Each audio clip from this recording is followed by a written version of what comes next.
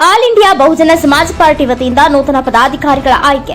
All India ಬಹುಜನ ಸಮಾಜ party ವತಿಯಿಂದ ನೂತನ ಪದಾಧಿಕಾರಿಗಳ ಆಯ್ಕೆ ಮತ್ತು ಪಕ್ಷದ ರಾಜ್ಯಾಧ್ಯಕ್ಷರಾದ ಮಾರಸಂದ್ರ ಮುನಿಯಪ್ಪ ಅವರಿಗೆ ಸನ್ಮಾನ ಕಾರ್ಯಕ್ರಮವನ್ನು ಕಾಶ್ಮೀರಾಮ ನಗರದ ಡಾಕ್ಟರ್ ಬಿಆರ್ ಅಂಬೇಡ್ಕರ್ ಭವನದಲ್ಲಿ ನಡೆಯಿತು. ಕಾರ್ಯಕ್ರಮದಲ್ಲಿ ಆಲ್ ಇಂಡಿಯಾ ಬಹುಜನ ಸಮಾಜ ಪಾರ್ಟಿಯ ರಾಜ್ಯಾಧ್ಯಕ್ಷರಾದ ಮಾರಸಂದ್ರ ಮುನಿಯಪ್ಪ ಅವರು ದಾಸರಹಳ್ಳಿ ಮತ್ತು ಯಲಹಂಕ ವಿಧಾನಸಭಾ ಕ್ಷೇತ್ರದ ನೂತನ ಪದಾಧಿಕಾರಿಗಳನ್ನು ಘೋಷಣೆ ಮಾಡಿದರು. ನಂತರ ಪಕ್ಷದ ವತಿಯಿಂದ ಮಾರಸಂದ್ರ ಮುನಿಯಪ್ಪ ಅವರಿಗೆ ಸನ್ಮಾನಿಸಿ ಗೌರವಿಸಲಾಯಿತು. ಈ ಸಂದರ್ಭದಲ್ಲಿ ಆಲ್ ಇಂಡಿಯಾ ಬಹುಜನ ಸಮಾಜ ಪಾರ್ಟಿ ರಾಜ್ಯಾಧ್ಯಕ್ಷರಾದ ಮಾರಸಂದ್ರ ಮುನಿಯಪ್ಪ, ಉಪಾಧ್ಯಕ್ಷರಾದ ಲೋಕೇಶ್ ಚಂದ್ರ, ರಾಜ್ಯ ಪ್ರಧಾನ ಕಾರ್ಯದರ್ಶಿಗಳಾದ ಸಂದೀಪ್ ಮಾರಸಂದ್ರ, ಉದಯ್ ಕುಮಾರ್, ರಾಜ್ಯ ಕಾರ್ಯದರ್ಶಿ ಆರ್ ಮಂಜುನಾಥ್, ಜಿಲ್ಲಾಧ್ಯಕ್ಷರಾದ ಎಲ್ ಶಾಂತಕುಮಾರ್, ಶಾಲಿಂ ರಾಜ್ ಸೇರಿದಂತೆ ಇನ್ನೂ ಅನೇಕರು ಉಪಸ್ಥಿತರಿದ್ದರು. Hanumantharaju, NKS TV 4 news, Bengaluru. ಸಮಾಜವಾದಿ ಜಾತ್ಯತೀತ ಪ್ರಜಾಸತ್ತಾತ್ಮಕ ಗಣರಾಜ್ಯವನ್ನಾಗಿ ರೂಪಿಸುವುದಕ್ಕಾಗಿ ಭಾರತದ ಎಲ್ಲ ಪ್ರಜೆಗಳಿಗೆ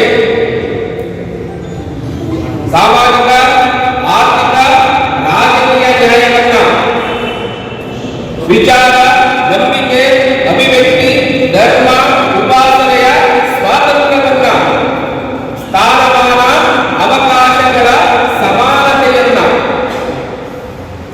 ಕೊಡುವುದಕ್ಕಾಗಿ ವ್ಯಕ್ತಿ ಗೌರವ, ರಾಷ್ಟ್ರದ ಏಕತೆ, ಸಮಗ್ರತೆಗಾಗಿ ಎಲ್ಲವನ್ನೂ ಭ್ರಾತೃತ್ವ ಭಾವನೆಯನ್ನ ಸೃಷ್ಟಿಸುವುದಕ್ಕಾಗಿ ದೃಢ ಸಂಕಲ್ಪ ಮಾಡಿ ನಮ್ಮ ಸಂವಿಧಾನ ಸಭೆಯಲ್ಲಿ 1949 ಇಸ್ವಿ ನವೆಂಬರ್ ತಿಂಗಳ 26ನೇ ದಿನದಂದು ಈ ಸಂವಿಧಾನವನ್ನ ನಮಗೆ ನಾವೇ ಅರ್ಪಿಸಿಕೊಂಡು ಅಂಗೀಕರಿಸಿ ಶಾಸನವಾಗಿ ವಿಧಿಸಿಕೊಂಡಿದ್ದೇವೆ.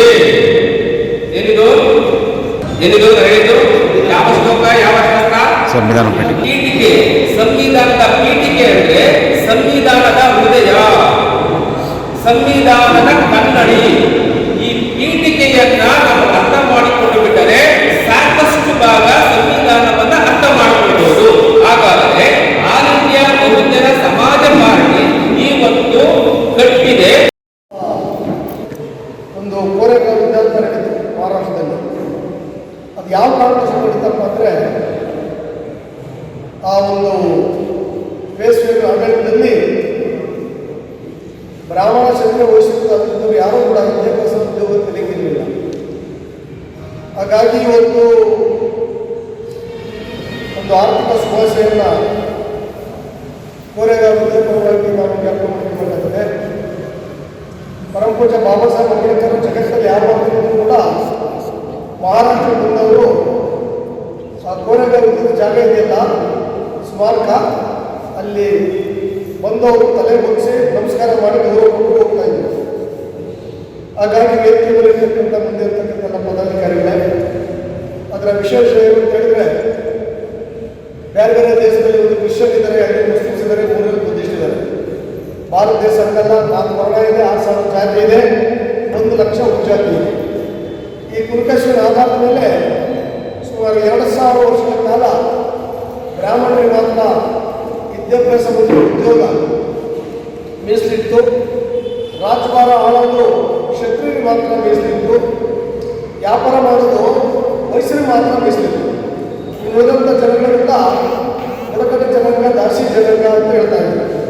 ಇವರೆಲ್ಲರೂ ಕೂಡ ಯಾವುದೇ ವಿದ್ಯೆ ಕಲಿಯೋದು, ಉದ್ಯೋಗ ಮಾಡೋದು, ಮನೆ ಇಡೋದು, ಸೈಟ್ ಇಡೋದು, ಬಂಗಾರ ಹಾಕೋದು, ಉತ್ಪನ್ನ ತಿನ್ನೋದು, ರಾಜಕೀಯಗಳಿಗೆ ಓಡಾಡೋದು ಯಾವತ್ತೂ ಕೂಡ ಇರಲಿಲ್ಲ. ಇವರಿಗೆಲ್ಲ ಕೂಡ ಒಂದು 200 ಜನನ ಈ ಕುರಿಗಳು, ಮೇಕೆಗಳು, ಎತ್ತ ಮೇಲೆ ತರ ಕೂಡ ಆಗ್ತಾ ಇದ್ರು. ಬ್ರಿಟಿಷ್ ಆಕ್ರಮಣಕ್ಕಾಯ್ತು, ಕುರಿ ಕೆಳಗಿಲ್ಲ. ಇದು 2,000 ವರ್ಷಗಳ ಕಾಲ ಇದು ನಡೀತಾ ಇದೆ. ಈಗಿರ್ತಕ್ಕಂಥ ವರಿಷ್ಠ ಜಾತಿ ವರ್ಗ, ಈಗಿರ್ತಕ್ಕಂಥ ಹಿಂದುಳಿದ ವರ್ಗ, ಈಗಿರ್ತಕ್ಕಂಥ ಜಾತಿಗಳು ಸೇರಿದಾಗ, ಈಗಿರ್ತಕ್ಕಂಥ ಒಕ್ಕಲಿಗರು, ಲಿಂಗಾಯತರು, ಬಂಡಿಗಳು ಎಲ್ಲರೂ ಸೇರಿಸಬೇಕು. ಅದೇ ಬಹುಜನ ಸಮಾಜ ಪಾರ್ಟಿ, ಅದೇ ಆಲ್ ಇಂಡಿಯಾ ಬಹುಜನ ಸಮಾಜ ಪಾರ್ಟಿ. ಈ ದೇಶದಲ್ಲಿ ನಾವು ಈ ರಾಜ್ಯದಲ್ಲೂ ನಾವು ಇದೇ ತರ ನಾವು ಪಕ್ಷಕ್ಕೆ ಬಂದು ಮುಂದಿನಿಂದಲೇ ಈ ಪಕ್ಷ ಬಿಟ್ಟು ಬೇರೆ ಯಾರು ಸರ್ಕಾರ ಮಾಡಕ್ಕಾಗಲ್ಲ, ಈ ಪಕ್ಷ ಸಪೋರ್ಟ್ ಇದ್ದೀರಾ, ಯಾರು ಎಲೆಕ್ಷನ್ ಹೋಗ್ತಾರ, ಈ ಪಕ್ಷನ ಯಾರು ನೆಗೆಟ್ ಮಾಡಕ್ಕಾಗ್ತೀರಾ ಅನ್ನೋದು ಒಂದು ನಾವು ಮುಂದೆ ಯಾರು ತೋರಿಸ್ಬೇಕಾರೆ ಅದು ನಿಮ್ಮಲ್ಲಿ ಇಲ್ಲ. ಯಾಕಂದ್ರೆ ನೀವೇನು ಸೈನಿಕರಿದ್ದೀರಾ, ನೀವೇನು ಪದಾಧಿಕಾರಿಗಳಿದ್ದೀರಾ, ನೀವೇನು ಗ್ರಾಸ್ ನೀವೇ ನಮ್ಮ ಮುಖ್ಯ. ನೀವು ಎಷ್ಟು ಗಟ್ಟಿ ಆಗ್ತೀರೋ ಅಷ್ಟು ಗಟ್ಟಿ ನಾವು ಆಗ್ತೀವಿ, ನಾವು ಎಷ್ಟು ಗಟ್ಟಿ ಆಗ್ತೀವಿ ಅಷ್ಟು ಗಟ್ಟಿ ಪಕ್ಷ ಆಗುತ್ತೆ, ಪಕ್ಷದ ಹೆಸರು ಬರುತ್ತೆ. ಹಾಗಾಗಿ ನಾವು ಏನೇನು ಜವಾಬ್ದಾರಿ ಕೊಡ್ತಾರೆ ಆ ಜವಾಬ್ದಾರಿ ನಾವು ಗಟ್ಟಿಯಾಗಿ ಮುಂದಿನ ದಿನದಲ್ಲಿ ನಾವು ಆ ಜವಾಬ್ದಾರಿ ಒಪ್ಪಿಕೊಂಡು ಈ ಪಕ್ಷನ ಗಟ್ಟಿ ಮಾಡೋ ಥರ ಮಾಡಿ ಈ ಪಕ್ಷವನ್ನು ಕಟ್ಟಬೇಕಾದ್ರೆ ತುಂಬಾ ಜನ ತ್ಯಾಗ ಮಾಡೋಣ. ಇದರಲ್ಲಿ ನನ್ನ ಮಾಸ್ತರ್ ಕೊಂಡವರು ಇಡೀ ಜೀವನ ತ್ಯಾಗ ಮಾಡೋಣ. ಗೋಪಿನಾಥ್ ಅವರು ಅವರು ಜೀವನಾನೇ ತ್ಯಾಗ ಮಾಡೋಣ. ನಾರಾಯಣ ಸರ್ ಅವರು ಇಡೀ ಜೀವನಾನೇ ತ್ಯಾಗ ಮಾಡೋರು. ಇವೆಲ್ಲ ಬಚ್ಚಿಬಿಟ್ಟಿದ್ರೆ ಆರಾಮ ಮನೆ ಕೂತ್ಕೊಂಡು ಆರಾಮ ಅವ್ರ ಜೀವನ ಅವ್ರು ಕಂಡು ಇರ್ಬೋದಾಗಿತ್ತು. ಅಂದ್ರು ಅವ್ರು ಯಾಕೆ ಇಲ್ಲಿ ಬಂದ್ರು, ಯಾಕೆ ಪಕ್ಷ ಬಂದ್ರೆ ನಮಗೋಸ್ಕರ, ಜನಗೋಸ್ಕರ. ಮುಂದೆ ನಮ್ಗೆ ಈ ಥರ ನಾಯಕರು ಸಿಗ್ತಾರೋ ಇಲ್ವೋ, ಇಂಥ ನಾಯಕರು ಇದ್ದಾಗೆ ನಾವು ಅವ್ರ ಕೆಳಗಡೆ ನಾವು ಅವ್ರ ಬುದ್ಧಿ ಕತ್ತಿ ಅವ್ರದೆಲ್ಲ ಪಕ್ಷ ಇಟ್ಕೊಂಡ್ರಿ ಇಲ್ಲಿ ದಿನ ಈ ಪಕ್ಷ ನಾವು ಗಟ್ಟಿ ಮಾಡಬೇಕಾದ್ರೆ ನಾವು ನಾಯಕರುಗಳಿಗೆ, ನಾವು ಕಾಶ್ಮೀರ ಸಾಹೇಬರಿಗೆ, ನಮ್ಮ ಪಕ್ಷ ಸಾಹೇಬ್ ಏನು ಬೆಲೆ ಕೊಡ್ಬೇಕಾದ್ರೆ ಏನ್ ನಮ್ಗೆ ಜವಾಬ್ದಾರಿ ಕೊಡ್ತಾರೆ ಆ ಜವಾಬ್ದಾರಿ ಮೂಲಕ ನಾವು ಕೆಲಸ ಮಾಡ್ಕೊಂಡು ಪಕ್ಷ ಗಟ್ಟಿ ಮಾಡೋ ಮೂಲಕ ನಾವು ಅವ್ರ ಗೌರವ ಸಲ್ಲಿಸಬೇಕಾಗುತ್ತೆ. ಆ ಗಟ್ಟಿ ಬೇರೆ ಏನಿಲ್ಲ. ಈಗ ರಾಜಕೀಯ ಬಂದು ಯಾರು ಅನ್ಸಲ್ಲ, ರಾಜಕೀಯ ಮಾಡಲೇಬೇಕಾಗುತ್ತೆ. ನಮ್ಮ ಜನಾಂಗ ಉಳಿಸ್ಬೇಕಾದ್ರೆ, ನಮ್ಮ ಧರ್ಮ ಉಳಿಸ್ಬೇಕಾದ್ರೆ, ಇಲ್ಲ ಮನುಷ್ಯರ ಉಳಿಸ್ಬೇಕಾದ್ರೆ ರಾಜಕೀಯ ಮಾಡಲೇಬೇಕಾಗುತ್ತೆ. ರಾಜಕೀಯ ಇದ್ರೆ ಮನುಷ್ಯ ಇಲ್ಲ, ಮನುಷ್ಯ ಇದ್ರೆ ರಾಜಕೀಯ ಇಲ್ಲ, ರಾಜಕೀಯ ಎಲ್ಲ ತರ ಇರುತ್ತೆ. ನಾವು ಡೈರೆಕ್ಟ್ ರಾಜಕೀಯ ಮಾಡ್ತೀವಿ ಅಷ್ಟೇ. ಅದಕ್ಕೋಸ್ಕರ ಈ ಒಂದು ಪಕ್ಷ ಏನಿದೆ, ಈ ಪಕ್ಷ ಸಿದ್ಧಾಂತ